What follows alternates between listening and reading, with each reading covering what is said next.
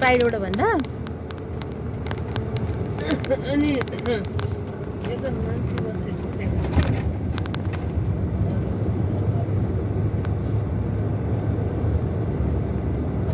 मलाई धुलो यसो हातमा कुचो छुन पनि हुन्न भाइ मेरो किन होला त्यही एलर्जी भएको बेला है बिसन सर नि जाने भन्नुभएको थियो र बिसन सर के फोन गर्नुभयो होइन त्यही आइपुग्यो भएर होइन सरलाई लिएर जाने भने हो के अरे अब सरको त के अरे चस्मा बनाउनु गर्छु जानु तपाईँहरू भन्नु ए आज त अनि अहिले त यसो हेर्नु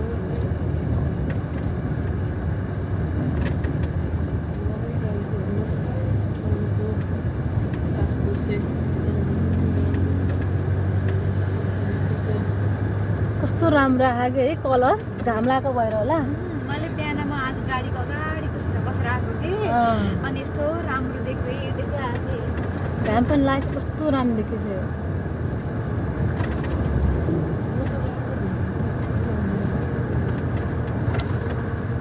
आज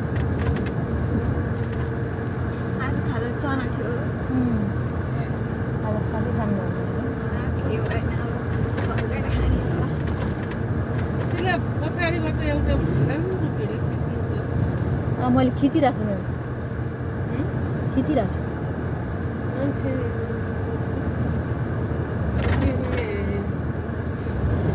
ए मैले नि खाइनँ आज कस्तो सासु भइहाल्छ कि मलाई त त्यो एलर्जी भइहाल्छ क्या मलाई फेरि अझै यति भोक लाग्छ पुरै छैन भर्खर खायो भर्खर भोक अब बिचरा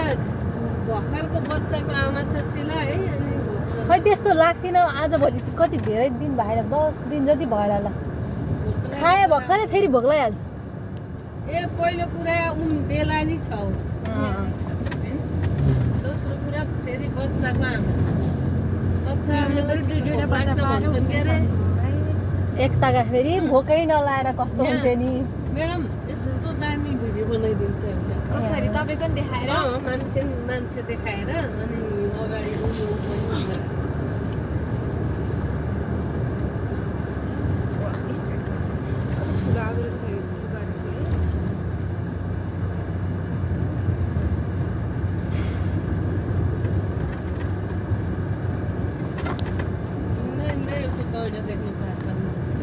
यहाँ चाहिँ गैडा अलि हुँदैन मिर्ग चाहिँ देखिन्छ मिर्ग उयोहरू होइन गैडा हेर्नु त फेरि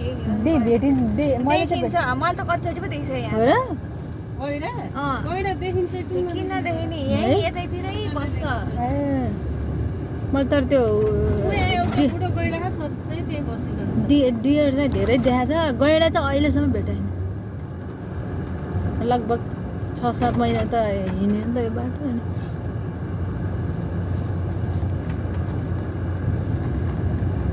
भयो त म्याडम के आयो फेरि भन्नु म फेरि जस्तो भन्छ फेरि खिचिदिन्छु ल्याउनु कस्तो देखाऊँ भन्नु मान्छे नि देखिदियो देखेँ होइन रे मान्छे अलिक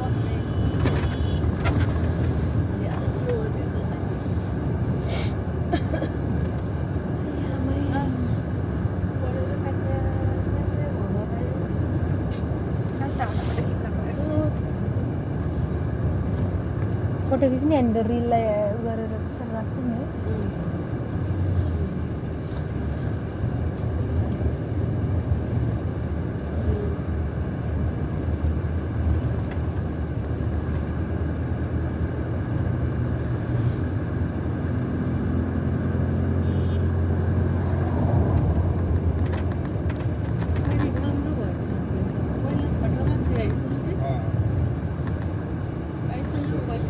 यस्तो हो नि त फेरि के अरे बाटो पनि राम्रोमा हिँडे हम नि त राम्रोमा हिँडेछ अनि यो